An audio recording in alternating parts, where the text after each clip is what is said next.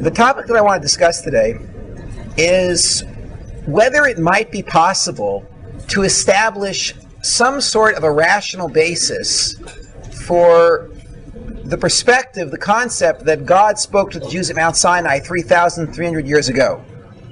The approach I'm going to take is based on some work that I did as an undergraduate. When I was an undergraduate at UCLA, my degree was in 17th century Christian literature. And my approach to studying these groups, I confess, was one of skepticism. That is, I approached every religion I studied with the assumption that it was not true.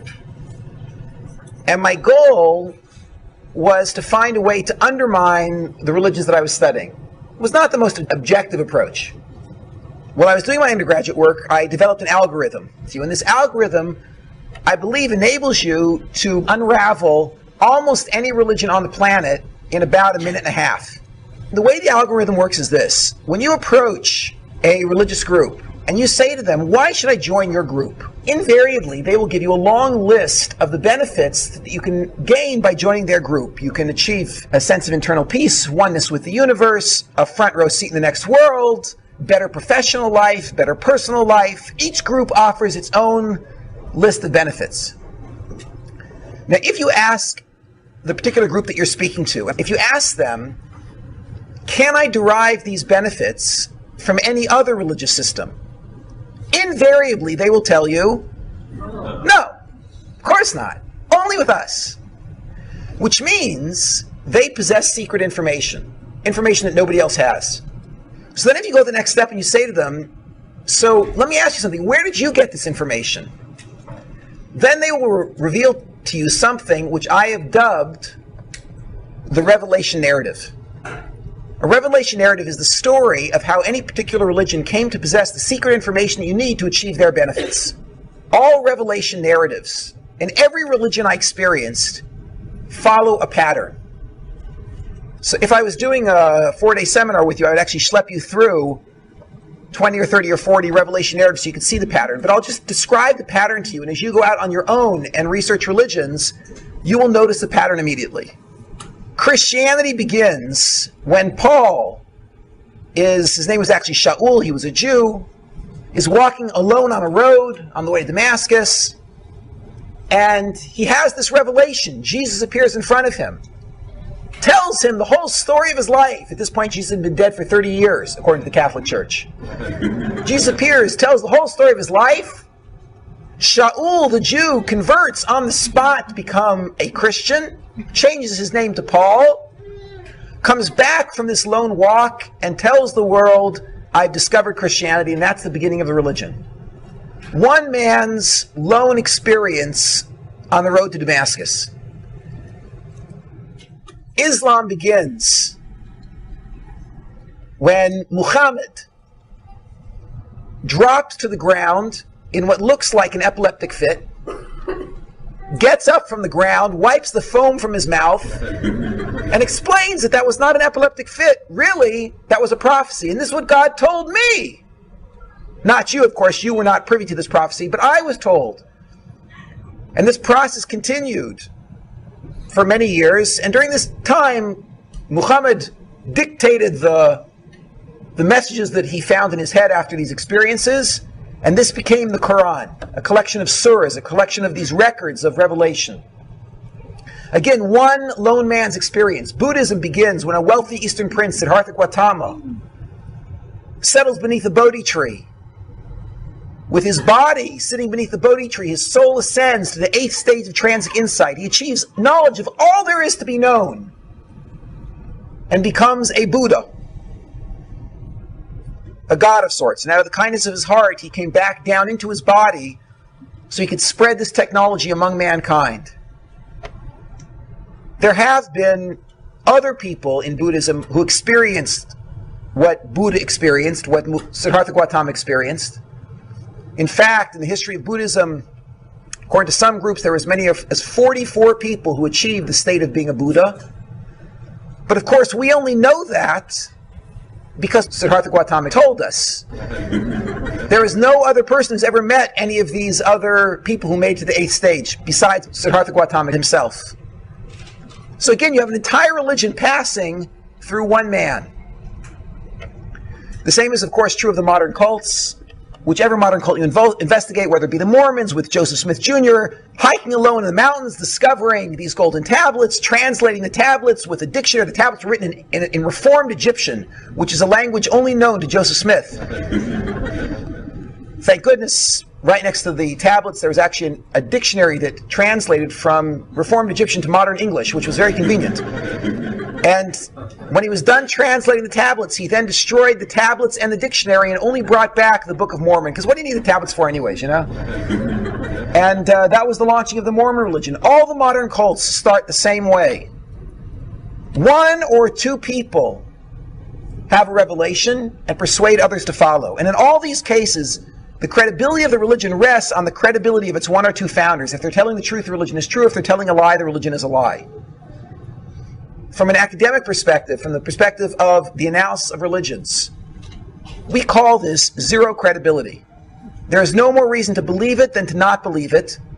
Given that's the case, it's just a wild claim, and the level of credibility is zero. For the first time, I applied this algorithm, this system for completely undermining the credibility of religion by analyzing revelation narratives to a major world religion which I had never tried to destroy before. I never tried to destroy it because I was brought up in this religion. I was brought up as a Jew, and from the time I was a little kid, it was obvious that Judaism is a joke. So I felt like, from an academic perspective, it was a little bit dishonest to set up this straw man, Judaism, and then knock it down using my algorithm. Nevertheless, when I graduated university, I applied the algorithm to Judaism, and everything just sort of fell apart. And that's what I want to try to describe to you. I bought a copy of the Torah, and I opened up the book and I started to read. And it really reads like any other revelation narrative. It reads like all these other religions. You open up and it says, God spoke to Abraham. Yeah, right!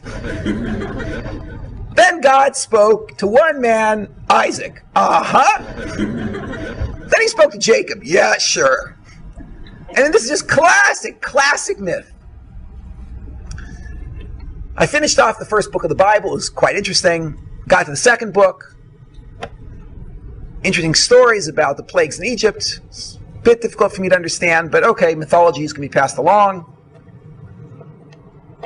Then I get to the section of the Torah called Parshas Yisro. And for the first time, I see verses dealing with the Sinai event. And it's clear as you're reading the story, this is the genesis of Judaism. And of course, what the verses there say is that approximately 600,000 adult men who were married to approximately 600,000 adult women, that's 1.2 million people between the ages of 20 and 60, and about 1.8 million seniors and children, a total of about 3 million people, stood at the foot of a mountain called Sinai in the middle of a desert. And all 3 million people, every single man, woman, and child in the Jewish people, heard God speak. Okay, now I realize this has to be a lie. I mean, this can't possibly be true. It's a mythology like all the other mythologies. What struck me as interesting was the level of chutzpah those Jews have, yes, to make such a claim, that they actually believe that, as opposed to all other religions which start with 1 or 2, the Jews, of course, believe that theirs started with 3 million. My only question was, how did they start this lie? And I want to be very specific. What we used to do when we would do analyses of religions was we would come up with very practical, very reasonable, very concrete and detailed scenarios describing exactly how the religion started. Muhammad gets up off the ground and says it really wasn't epilepsy, it was really prophecy. That's very concrete. You can imagine him then telling a group of people that I experienced prophecy and here's what I heard. Joseph Smith Jr. comes back with this book and says there were golden tablets and I destroyed them and here's the book. What I needed to do was, in order to unravel Judaism, I needed to come up with a concrete, reasonable scenario which would describe how the initial lie was told. We know that there was an initial lie told because every copy of the Torah that you find in any Orthodox, conservative, Reform, Reconstructionist, nudist group, like every place on the planet, all of their copies of the Torah read the same. 3 million people heard God speak. So at some point somebody told that lie. Now what I want to know is, what did the scene look like, concrete, when this person or group of people told the lie that 3 million people had heard God speak? After several months of analysis, I came up with the following idea. I believe that the initial lie that launched this mythology called Judaism must have taken one of 3 forms. It either had to be what I call the past lie, the present lie, or the future lie. Okay, now I'll explain exactly what I mean. Let's start with the simplest scenario. The simplest of these is the middle scenario, the present lie. And then from there I'll move to more complex scenarios, the past and the future lie. In the present lie, what happens is a charismatic cult leader or group of leaders comes to a group of cult followers and he says to them, this is the present lie, "You just now heard God speak. And he said these words." Now I'm going to quote the lines from the Torah. "You heard him say, 'I'm the Lord your God. You should have no other gods before me. Moshe, Moshe, come up to the mountain. I'll give you the rest of the Torah.'" This is what the Torah claims, that every single Jew heard these 3 things. "I'm the Lord your God. You should have no other gods before me. Moshe, Moshe, come up to the top of the mountain. I'll give you the rest of the Torah." Now, how do I pull this off? Whatever, I'm a very charismatic leader, you're crazed slaves, like whatever the scenario is, somehow I persuade you to buy this. You say, "Amen!" and the whole thing is up and running. Okay. That's the present theory. We'll come back and do an analysis of this shortly. Let's move to past theory. Past theory works as follows. In past theory, I come to you and I say to you, "You heard nothing. 0. However, long ago, your ancestors stood at the foot of a great mountain in the Sinai desert. And there, they heard God speak. All of your ancestors were there. And they heard God say, 'I'm the Lord your God. You should know the gods before me. Moshe, Moshe, come up to the mountain.' And at that point, they all became Orthodox Jews. Now realize this is a lie. In other words, this is just what I'm telling you.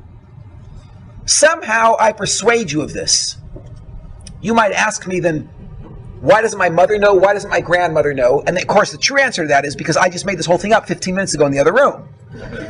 But I claim the reason your mother or grandmother doesn't know was because after the Torah was given and your ancestors accepted it, they all became Orthodox Jews. Then the Torah was carried for a period of 3 or 5 or 10 or 15 generations, and there was a disaster. What happened was, fill in the blank, there was an earthquake, there was a war, massive assimilation, whatever scenario you want to come up with.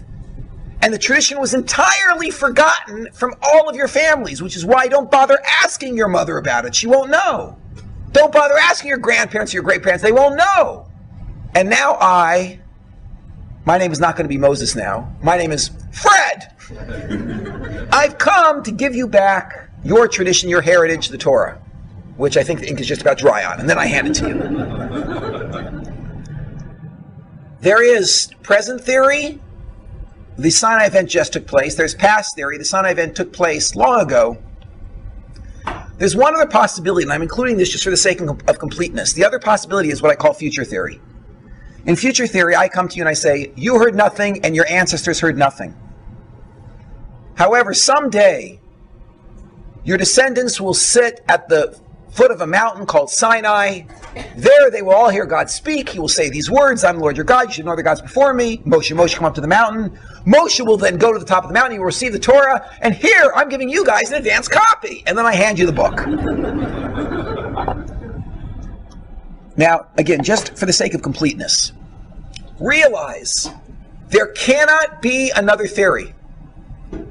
Because since it says in every copy of the Torah on the planet, the 3 million Jews heard God speak at Mount Sinai, at some point somebody must have told that lie. When they told that lie, where did they place the Sinai event? The only possibilities are past, present, and future. Therefore, there cannot be another theory.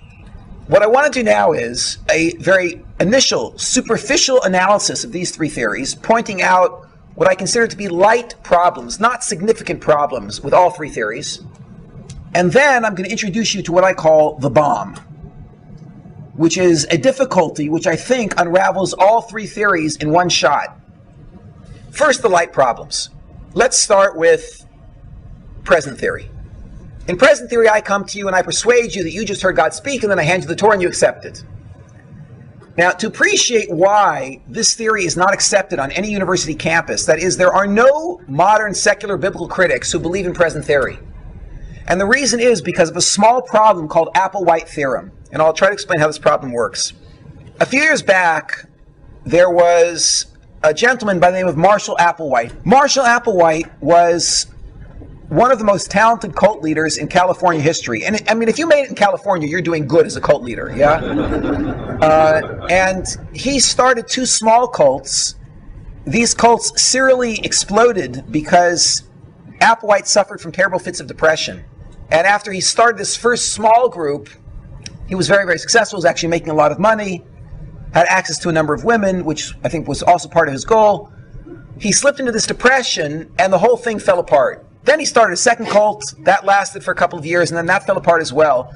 And then Marshall Applewhite pretty much disappeared off the face of the planet until he appeared in Rancho Santa Fe, California. This is down near San Diego, in the La Jolla area. And there he started a new cult. And the way the cult began was this. Marshall Applewhite had a vision, he claimed.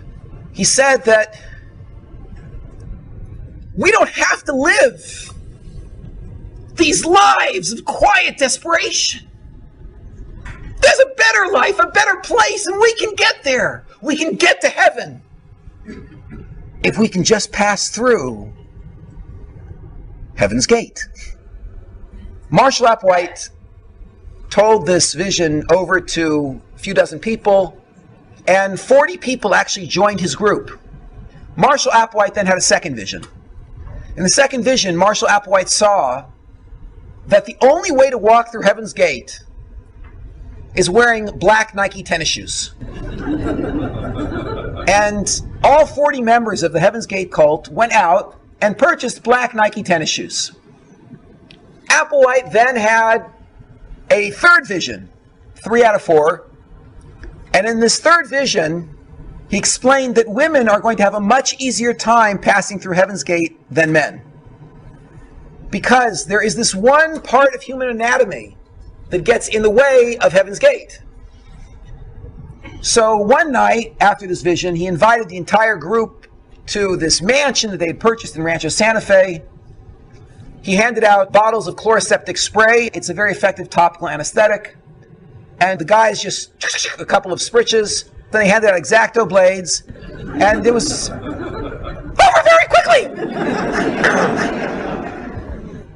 Every man who was a member of the Heaven's Gate cult just removed that one small piece of anatomy. And then they all felt much better. The group continued for a few more months. And then Marshall Applewhite had his final vision. I don't know if you'll remember, but a few years back, there was a comet that passed Earth called the Hale-Bopp comet.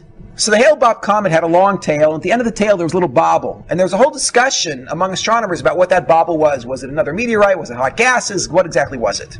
And Applewhite told the group that the bobble at the end of the Hale-Bopp comet is the spaceship that's coming to pick us up.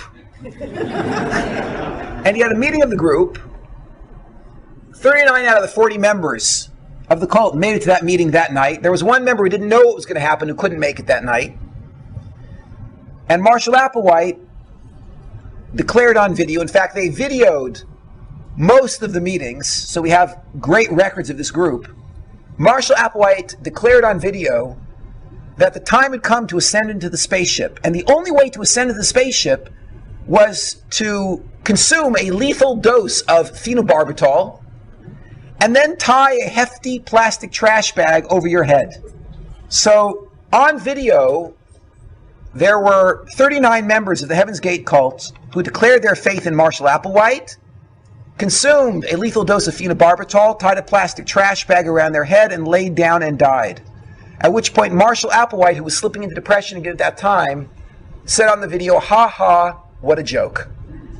Then consumed the phenobarbital himself and laid down and died. The reason that you all, or many of you probably have heard of this group, I'm curious, how many have heard of Heaven's Gate? Yes, most, everyone in the room. The reason you've all heard of this is a total fluke. That this whole event happened to have happened 20 minutes from UC San Diego. And UCSD happens to have one of the best research departments on cults on the planet. And they dispatched a team from UCSD to follow the investigators around as they were cleaning up the mess at the Heaven's Gate cult. UCSD ended up doing this whole research project on Marshall Applewhite and his group. And what they discovered was this. Every single member of the Heaven's Gate cult had an undergraduate degree. There were many members of the Heaven's Gate cult who had advanced degrees, master's degrees, PhDs, JDs, MDs. These were highly intelligent people. More, they found that not one member of the Heaven's Gate cult had any record of psychological counseling before joining the cult. So there's one of two possibilities for this. One possibility is that these people are so not well that they didn't know to go get counseling. And the other possibility is that they were so well that they were not part of that 50% of the population in America that actually goes at some point to get counseling. So in order to clarify which was true, the researchers spoke with the families. And it turned out the families said that their relatives were completely normal, totally 100% stable before they joined this group. So you're talking about completely normal, psychologically stable people, well-educated, highly intelligent, who one day went nuts. People are gullible. And given a charismatic leader, they will believe anything, even something that asks them to act self-destructively. Clause A, people are gullible. They will believe anything, even something that asks them to act self-destructively. Clause B, as long as the lie cannot be checked. People are gullible and will believe anything, even something that asks them to act self-destructively. Key, as long as the lie cannot be checked. When Marshall Applewhite said that he had a vision that the only way to ascend to this spaceship that's coming to pick us up is to down a lethal dose of phenobarbital, is there any way to check that lie? No. Which is why it was believed. Now the truth is, Applewhite theorem explains the genesis of every religion you have ever heard of. Paul comes back from a walk to Damascus and says, I just met Jesus on the road. Can you check that lie? Siddhartha Gautama says, I just came down from the 8th stage of transic insight. Can you check that? Muhammad says, I just had a revelation. Joe Smith says, I found this golden tablets.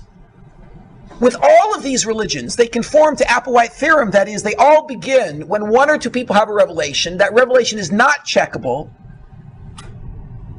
The leader is charismatic and everybody believes it. Okay, let me ask you a question. Why did Marshall Applewhite say, the spaceship that dropped you off here is coming to pick you up? Have some phenobarbital. Why didn't he say the spaceship that dropped your mother off here is coming to pick us up? Or your grandmother? So of course the answer is because if someone told you a lie, that your mother was dropped off here by a spaceship, which is now coming to pick you up and have some phenobarbital, you might make a phone call. And if one of you makes a phone call and your mother says, that's a cult! So you're going to be out of there immediately. As soon as the lie can be checked, you'll spread the word, the entire cult will disintegrate. The theory is, any groups that ever attempted to start with a lie that does not conform to Applewhite theorem exploded. That's why we have no record of them. Because you cannot get away with a lie that is checkable. The main problem with present theory is that it does not conform to Applewhite theorem. In present theory, how does it work? I, Moses, come to you, the Jewish people, and I say to you, yes, you all just heard God speak. He said, I'm Lord your God, you should have no other gods before me. Moshe, Moshe, come up to the mountain. And what could I do? He called, I had to go. I came down, and here's the book he gave me to give to you. But ladies, gentlemen, before I hand it to you, I just want to give you a preview of coming attractions so you're not shocked when you get to page 78. Yeah, we'll start off here. This is one for the guys. Listen, guys, there is a man handing out X-Acto blades. Each one of the guys, please take one. Yes. It says here what you're supposed to do is, this is on page 78 of the Torah scroll. It says what you do is you spread your legs, let's see, shoulder width apart. That's correct. Then hold the X-Acto blade, it says, in your right hand, and then with a smooth downward motion. Wow, like that. It's over very quickly. That was a man hyperventilating. Calm down. No, it's only the end you have to cut off. It's not the whole thing, yes? What do you mean, why should you do this? Well, the gods who you heard speak told me to tell you this. Now, ladies, gentlemen, can you imagine being a little bit, I'm sure the men can imagine, being a little bit hesitant to believe this? If you hadn't heard God, you might not be willing to take this on. Here's another one. There are dozens of these.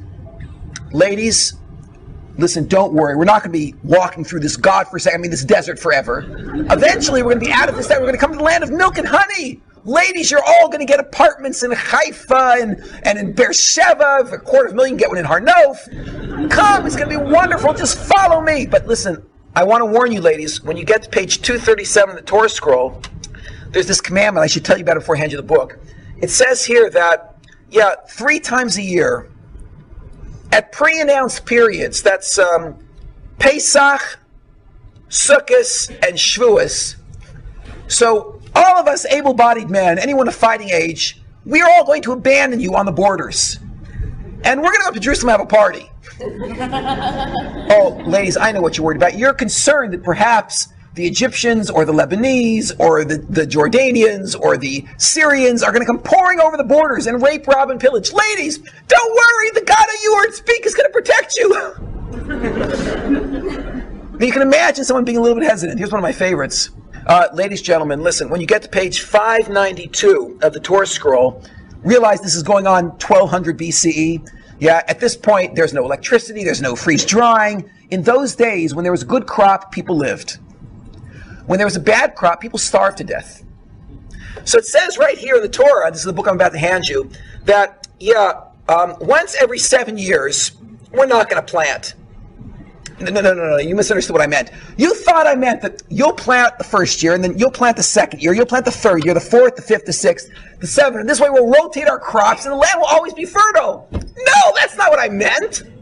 What I meant was, once every 7 years, none of us will plant. Isn't that a great idea? Because of Applewhite theorem, this is rejected in secular circles. In secular academic circles, this is considered to be a joke. Now, there are people who don't have a background in religions who try in some way to make this whole present theory fly despite the problem of Applewhite theorem. People come up, people who don't have a background, don't know what works and what doesn't work in human psychology, will say, they were a bunch of, crazed slaves, and there was, mass hysteria, and they were hallucinating, and whatever. They just believed what he said because they were all fools. If you're not actually experienced in the world of religion, come up with all sorts of crazy ideas of what will work.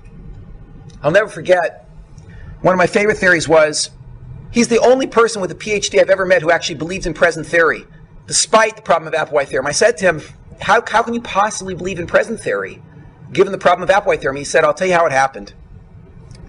He said, isn't it true that Abraham went to sacrifice his favorite son, Isaac? So I said, yeah, that's what the book says.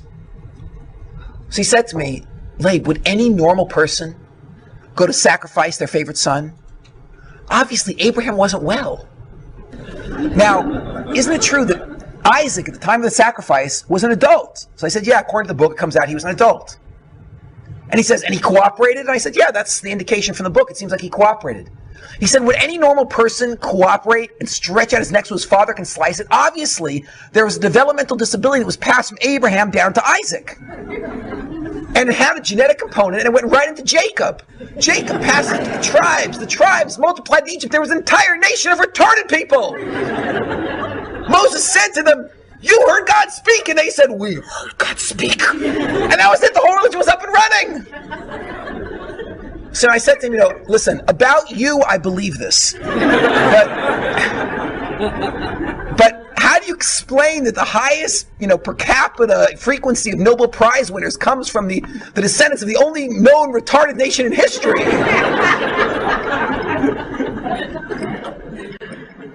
Someone told me when they left Egypt, it said in the book that they each walked out with only one box of matzahs. Now, even with the constipation factor, how long is that supposed to last? So they were starving. They were walking through the desert. Someone said, hey, there's mushrooms, let's eat! So, whoa, man, we are Godspeak! It's a national drug trip. When you speak to lay people, you hear all sorts of interesting ideas. In the academic world, none of these things fly. We know that they can't work.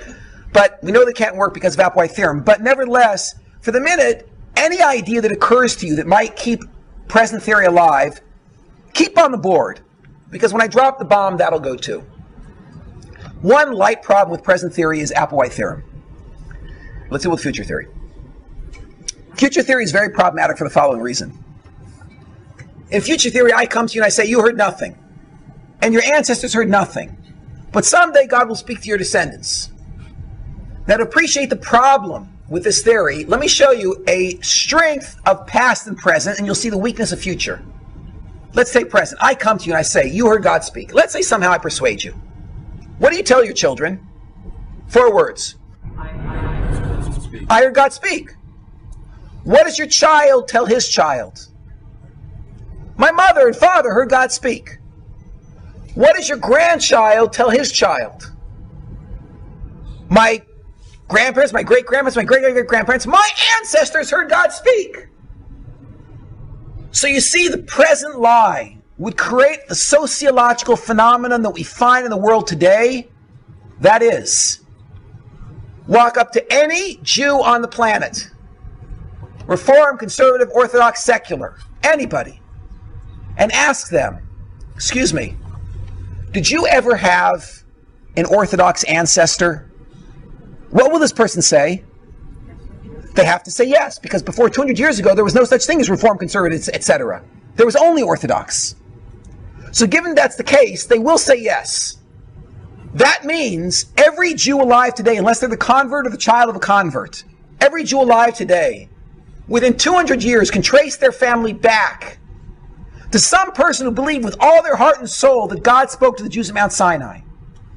That's the first link in a group of links going back in this chain to the point when the lie was told. We have to explain this sociological phenomenon, this chain of people going down through history who believed with all their heart and soul that God spoke to their ancestors. Now we're assuming it's a lie. But what was the lie that would have started this chain coming down through history? Present lie could have done it. Because in the present lie, you tell your children, they tell their children, and there's this rumor started that your ancestors heard God speak. Go to past theory. In past theory, I tell you, you heard nothing, but your ancestors heard God speak. I persuade you. What do you tell your kids? Our ancestors heard God speak. What do they tell their kids? Our ancestors heard God speak. And you'd have a chain coming down through history that exists. A group of people saying our ancestors heard God speak. Now watch. Here's the problem with future theory. I come to you and I say, you heard nothing, your ancestors heard nothing. But someday God will speak to your descendants. What do you tell your kids? We heard nothing. Someday God will speak to our descendants. What do they tell their kids? Same thing. What do they tell their kids? Same thing. And you end up with a chain going down through history saying God never spoke. Someday he will, but he hasn't yet. That chain does not exist. The future lie cannot explain the sociological phenomena that we're facing, which is this link of people going down through history all claiming their ancestors heard God speak. Do you see the problem with future theory? It's a light problem with present, a light problem with future. One more, the past theory. The past theory is where all of the serious academics I've ever met put their eggs. And the reason is this. I come to you and I say, you heard nothing. That's good, because now you won't know that I'm lying. You heard nothing. But long ago, your ancestors heard God speak. But don't try to check. Because there was some sort of disaster and the tradition was forgotten from your people. And I, Fred, am now returning it to you. Can you check that lie? No. I'll say the tradition was lost 500 or 1,000 years ago, 2,000 years ago. The farther back I put it, the bigger the gap, the more untestable my lie is, and therefore the more secure it is. This lie could actually start Judaism, which is why all the academics I've ever met who doubt the Torah's divine origin put their eggs in the past theory basket. A light problem with past theories is as follows. In the synagogue where I grew up, there was, I think it was called the Cohen Chapel. There was the Teitelbaum Social Hall. I remember the Schwartz restroom. Each place they could put a plaque, they put a plaque. And of course, why was this? Because Jews historically have been compulsive about giving credit where credit is due. Not only in financial areas, when people make financial contributions, even more when it comes to theological or literary contributions. If you go up to any non-Jew getting a PhD in Jewish studies at any university on the planet, and you ask him, excuse me, can you tell me, according to the traditional Jewish mythology, the Orthodox mythology, can you tell me the name of the guy who went up on the mountain and brought the Torah down? So they'll say, it was Moses. Everybody knows it was Moses. It's a famous name, made a great contribution. Say, okay, tell me something else, Mr. Johnson. Mr. Johnson, please tell me. What's the name of the guy who led the Jews into the land of Israel? Was that Moses? No, that was Joshua. Everybody knows that. Okay, let me ask you, what was the name of the guy who brought the Jews back from Babylonian exile into the land of Israel and started the Second Temple period? Well, that was Ezra. Okay. The name of the man who codified the Mishnah? Oh, let's see, that was Judah the Prince. Okay, tell me, what was the name of the guy who put together the Gemara? That was two fellows, Mr. Johnson will say. That was Ravina and Ravashi. These are all famous names. We know the names of everybody who made a great contribution in Jewish history. Now think about this for a minute. The single most important person ever in Jewish history, according to past theory, is Moses. For Moses went up on the mountain, received the Torah, and brought it down. He gave it to the Jews. The Jews accepted it. They all became religious. They carried it for several generations. Then there was a disaster, was lost. And for 2,000 years, nobody knew about Torah. Until the second most important person ever in Jewish history arrived on the scene. And his name was Fred! Now, the problem here is, in an otherwise comprehensive Jewish history, there is no record of the greatest crisis ever in Jewish history. That is 2,000 years of the Jews knowing nothing about the Sinai event. And there's no record of the second most important person in Jewish history, Fred! I actually ran a little experiment. This was actually quite entertaining for me. I went to an elderly rabbi in Jerusalem, someone who has a consistent tradition going all the way back to Europe, and I asked him, all this Jewish stuff, how do you know it? How do you know it's true?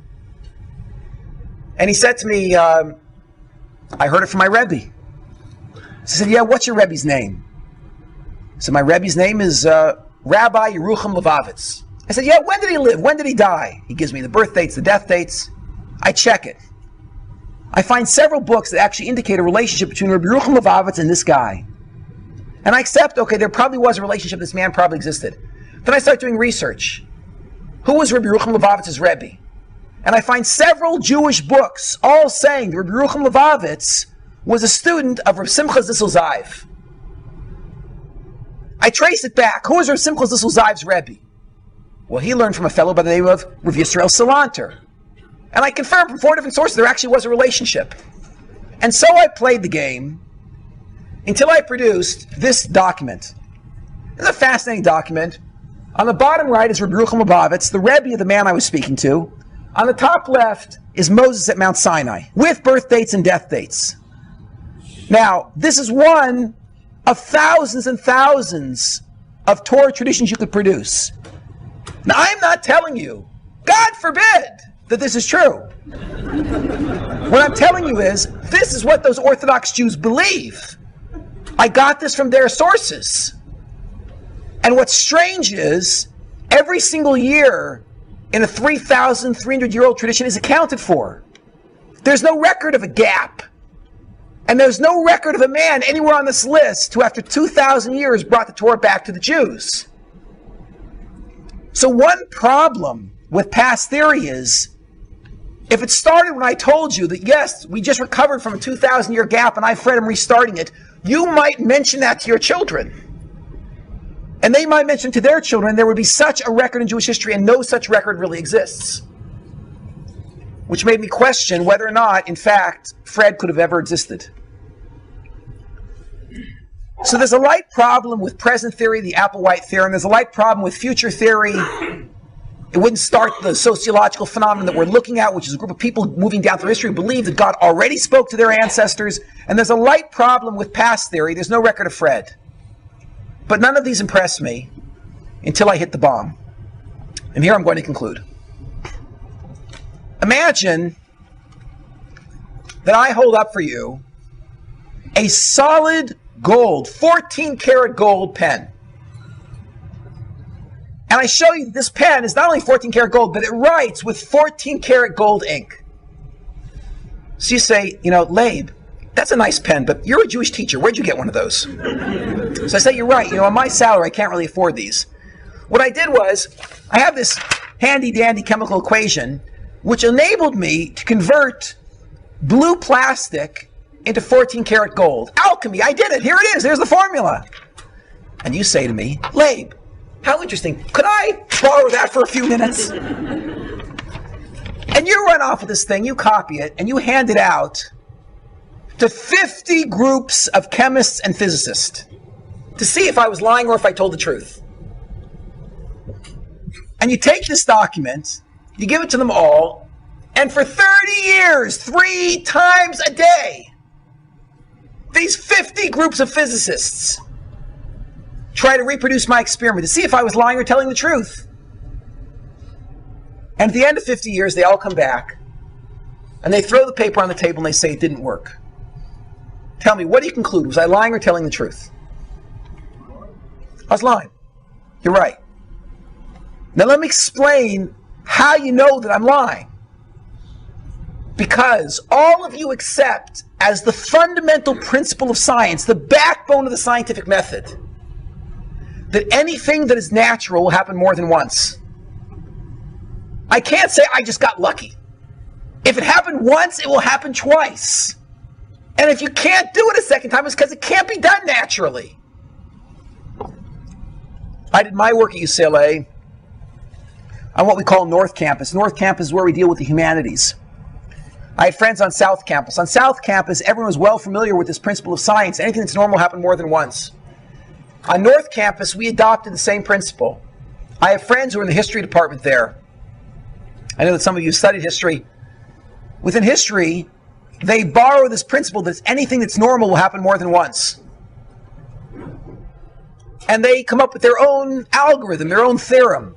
And that is 3 words. History repeats itself. And for anyone who's ever studied history, you know that it's true. Now, not in gruesome detail. There was never another Napoleon, and there was never another French Revolution. However, events like the French Revolution have happened over and over and over again in history, and men doing things generally like Napoleon did do repeat. That is, the generic themes happen over and over again. The itsy-bitsy details you don't see more than once, usually. We, in the study of religions, borrow the same principle. In fact, one of my assignments at some point was to try to isolate the minimal number of themes I could come up with, which would allow me to produce every revelation narrative, every religion on the planet. And I actually produced every religion on the planet with 25 puzzle pieces. That is, if you give me 25 themes, the themes that I specify, general themes, I can create any religion on the planet. There's the man who achieves great wisdom and then comes down and heals people. There's the person who becomes God incarnate, right? There's 25 themes. I can create any religion you want except for one. There's one religion I can't create. There's one unique claim which is not specific, which is generic. That is, only once in 4,000 years of recorded human history was there ever a group who said, quote, God spoke to a group of people. Doesn't have to be 3 million in the science. God spoke to a group of people. That only happens 1.5 times in human history.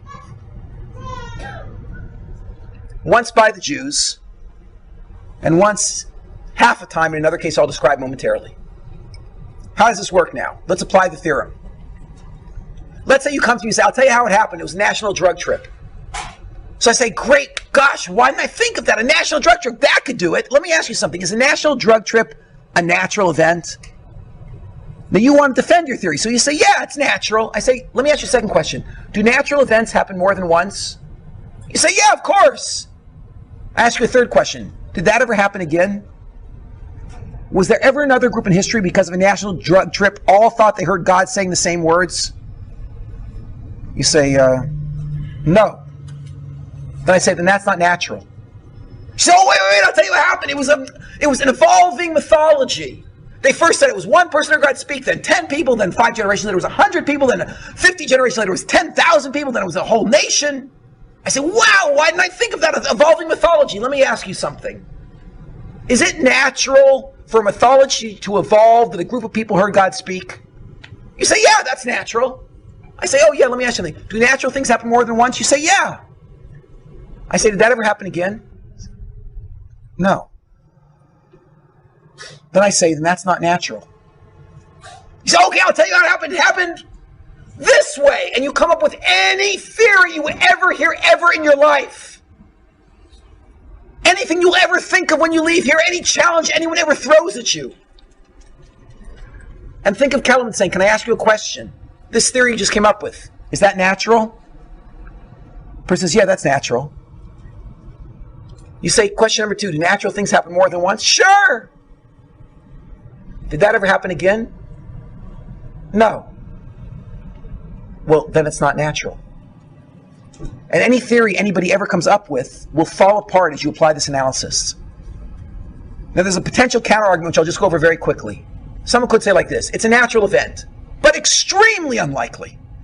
So unlikely that it's only happened once so far in 4,000 years. But it could happen again any second. And it is natural, just so outrageously unlikely that it hasn't happened yet since that one time. So just to borrow from statistical theory for a minute, we can say this in layman's terms or in mathematical terms. If the odds of an event taking place naturally are 1 in a million, what are the odds the event did not take place naturally? That is, what is the odds the event is somehow rigged? 999,999 out of a million.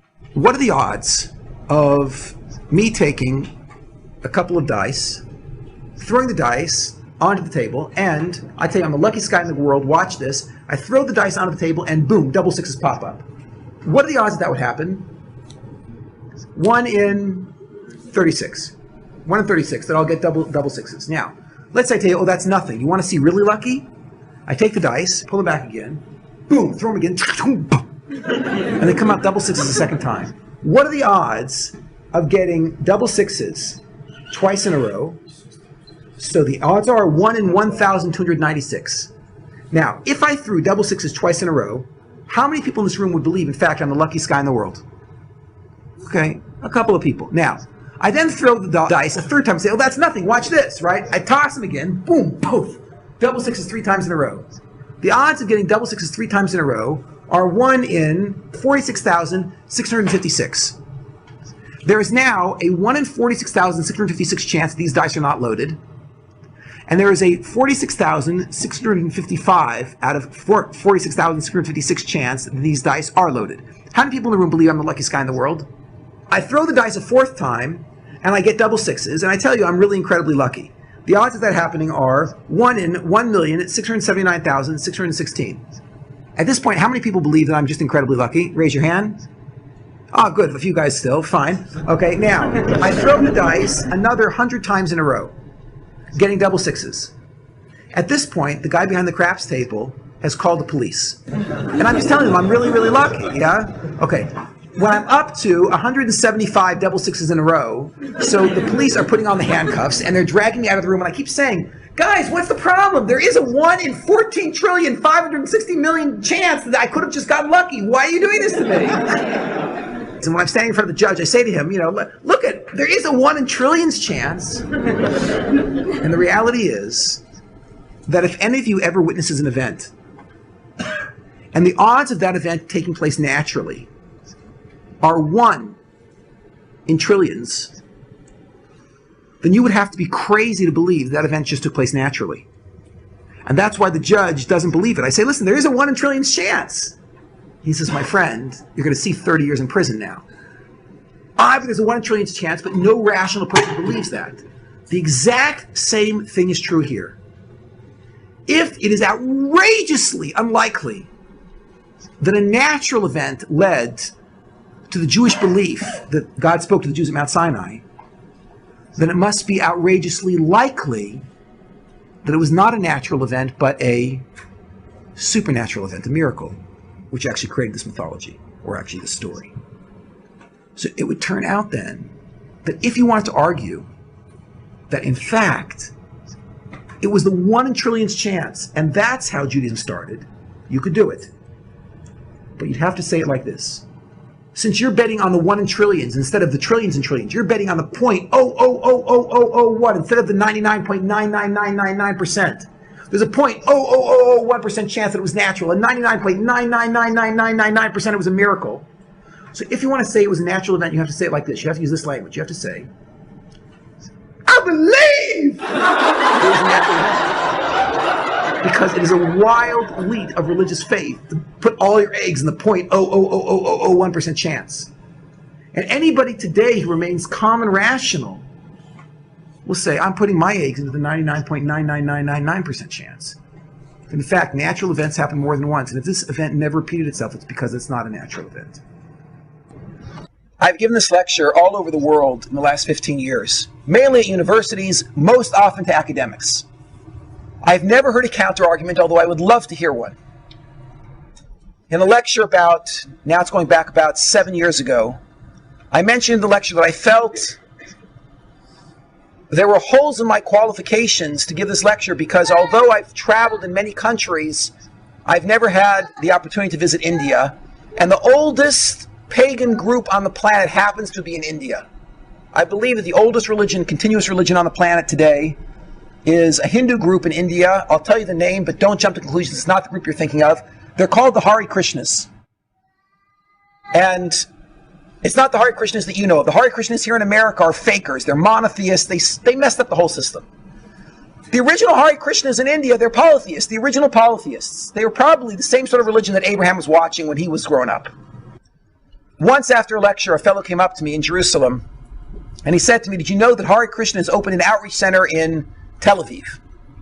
I said, it's not possible. They don't do this sort of outreach, and they would never come to Israel. It's got to be the American Hare Krishnas. She said, no, it's the original guys from India. I know it's the original guys from India. So I checked it out. I ended up meeting with basically the director of outreach for their group. And sure enough, they were the original Hare Krishna from India.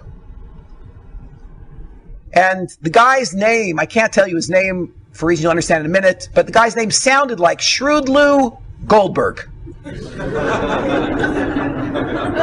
So, no, he was not a Baal Tshuva of sorts, yes? He was actually a from birth Hare Krishna. His parents grew up in New York. Like any intelligent person looking for spirituality in New York, they went to India. They there discovered Hare Krishna, and they became Hare Krishnas, and there they gave birth to Shrewdlou, who grew up a from birth Hare Krishna. When they needed to send a team to do outreach in Israel, they picked Shrewdlou Goldberg to be the man. So he came, and I'm sitting with him, and I said, Shrewdlou, let's cut to the chase. I just want to know, what's your revelation narrative?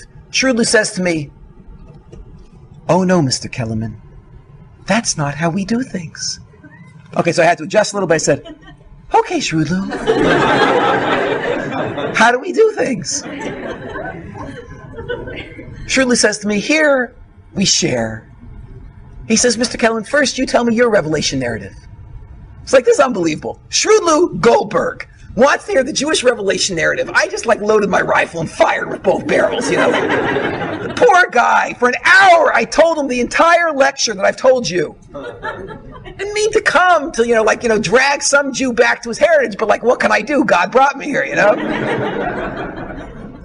The man is calmly listening to me. He doesn't seem, moved at all by anything that I'm saying. At the end of an hour, I said, so don't you see, Shrewdlou, Judaism is true. Your religion is true.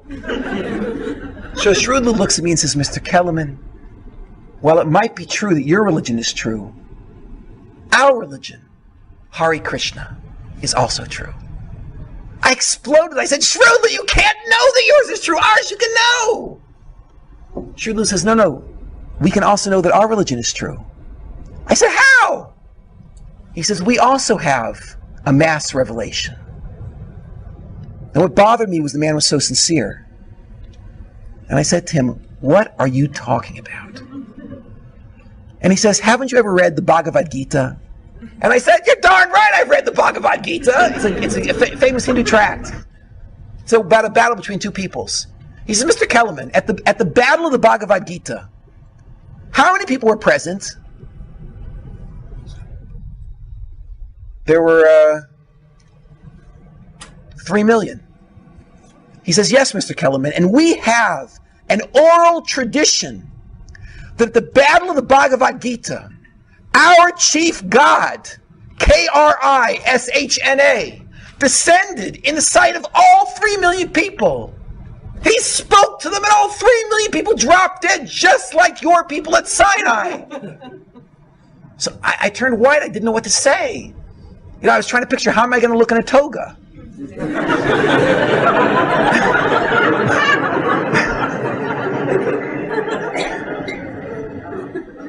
And I told him the whole thing about God spoke to us, we dropped dead, we got back up again, the angels revived us, he spoke to us again, we dropped dead, we said, please, Moshe, you get the Torah. I said to him, let's go over this again. God spoke to them, they all dropped dead, what happened next? He said, well, what do you mean? I said, God spoke to them, they all dropped dead, what happened next? He said, well, they laid there. I said, well, they didn't get back up again? He says, no. So I said, they were all dead? He said, yeah. So I said, then how do you know the story? So he says, well, many, many years later, that God came to one guy, told him, and then he told everybody else. I want to close with a beautiful section from the Torah. I opened up a Chumash on the spot. I had the Chumash there, and I read him this passage. This is Dvarim, Deuteronomy 4:32. You might inquire about times long past. Going back to the time that God created man on earth, exploring one end of the heavens to the other. This is basically what I did. See if anything as great as this has ever happened. Or if the like has ever been heard. Well, like what? What's the Torah's challenge here? What's so amazing? Has any nation ever heard God speaking out of fire as you have and still survived? The Torah understands that it's very easy to start a cult saying that everyone heard God speak, drop dead, and there's no traces left. But every single person sitting in this room can trace themselves back to a person who believed with all their heart and soul that God spoke to their ancestors at Mount Sinai, and from there it's straight shot going back 3,300 years. And there is no way that such a lie can be started. It cannot be a lie. Because if there was some way for that sort of a lie to be started, we would find some trace of it in some other religion on the planet. Thank you. For more, please visit simpletoremember.com. Handpicked Jewish articles, audio and videos. Only the good stuff. All free. No sign-up.